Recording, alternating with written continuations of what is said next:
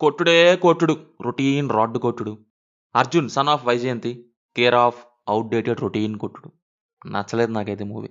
ఇప్పుడు mother sun bond మీద theme తీసుకున్నారు. బావుంది. బట్ ఆ సోది సేవియర్ టెంప్లేట్ స్టోరీతో తీసుకెళ్లారు చూడండి. చిరాకేసింది. అసలు ఆ టెంప్లేట్ అంటేనే విసుగొచ్చేస్తుంది. ఒక ఏరియా ఉంటది. ఒకడక్కడ వాళ్ళని ఇబ్బంది పెడుతూ ఉంటాడు.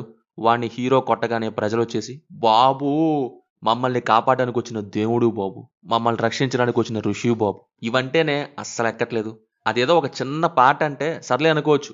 But one of the main థింగే అదైతే మాత్రం అసలు ఇంట్రెస్టే అనిపియట్లేదు. ఏదో మదర్ సన్ ఎమోషన్ కోసం వెళ్తే వీళ్ళ గోల ఏంటా అని. అంతరించిపోయిన కథలు, అంతరించిపోయిన రైటింగు, అంతరించిపోయిన ఎగ్జిక్యూషన్. ఎవ్రీథింగ్ ఫుల్ డల్‌గా ఉన్నాయి. ఆ కెమెరాని కిందకి పైకి తిప్పుడేంటో, గాల్లో తాళ్ళతో ఆ విన్యాసాలేంటో. పర్ఫెక్ట్‌గా 2 పెట్టొచ్చు. కాదు. యాక్షన్ అంటే హీరో రీ ఇంట్రడక్షన్ లాగా అన్ని రోప్ జంపింగ్‌లే. ఇంకా డైలాగ్స్ అండ్ రైటింగ్. నాకు తెలిసి రాసినట్టు అనిపియలేదు. ఇంట్రో ఫైట్ ఎక్కడ పెడదామంటే ఎక్కడో ఓ చోట సినిమాకి సంబంధం లేని చోట. నెక్స్ట్ సాంగేసి, కొడుకు క్రిమినల్ ఎందుకేడో ఫ్లాష్ బ్యాక్ ఏసి, ఒక ఏరియా పెట్టి అందులో జనం. సేవియర్ టెంప్లేట్ ఏసి, విలన్‌తో కాసేపు అక్కడక్కడ హడావుడి. చివర్లో ఆనవాయితీ ప్రకారం విలన్‌ని ఎలాగో ఈపీ చేసి. ఇలాగే అయిపోయింది. అండ్ నాకోటి అర్థం కాదు. క్యారెక్టర్స్ లాంటివి అనుకోరండి సినిమా అనుకున్నప్పుడు. డ్రామాలో లాజిక్స్ ఉండవు కరెక్ట్. బట్ క్యారెక్టర్స్ ఉండాలి గదా! క్యారెక్టర్ రైటింగ్‌లు ఏముండవా? ఇప్పుడు కాదండి. స్టార్టింగ్ ఏమన్నారు? కొడుకుల కోసం ఏమైనా చేసే విలన్. తల్లి కోసం ఏమైనా చేసే హీరో అన్నారు. మరి చివర్లో ఏమైంది?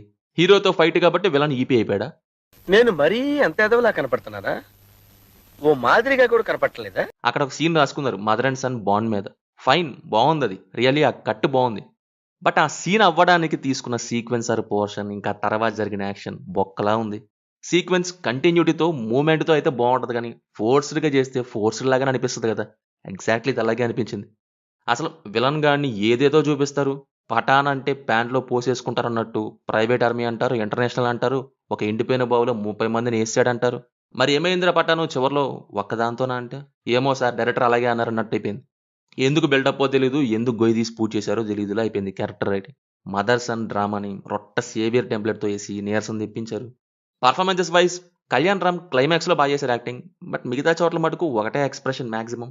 విజయశాంతి గారు లాంటి ఒక పొటెన్షియల్ ఉన్న యాక్టర్స్‌ని సరిగ్గా యూజ్ చేసుకోలేదు. డెఫినైట్‌లీ ఆ సేవియర్ అనే సోది లేకపోయుంటే ఆమె క్యారెక్టర్‌కి ఇంకా స్కోప్ పెరిగేది. బట్ ఎమోషన్ కంటే రాడ్ కొట్టుడే కావాలని లెట్ డౌన్ చేశారు మూవీని. రిమైనింగ్ అంతా ఏదో చేసుకుంటూ వెళ్ళిపోయారు. బీజీఎం 1, 2 ఉంటాయి. అవే సినిమా అంతా పెట్టేశారు మేకర్స్. ఒక టైంలో హీరోకి, విలన్‌కి సేమ్ బీజీఎం యేసేసారు కూడా. అదేంటో మరి. Finally outdated and boring one. So, ఇది మరి సినిమా చూసుంటే మీకెలా ఉందో కింద కామెంట్స్‌లో మాతో తప్పకుండా షేర్ చేసుకోండి.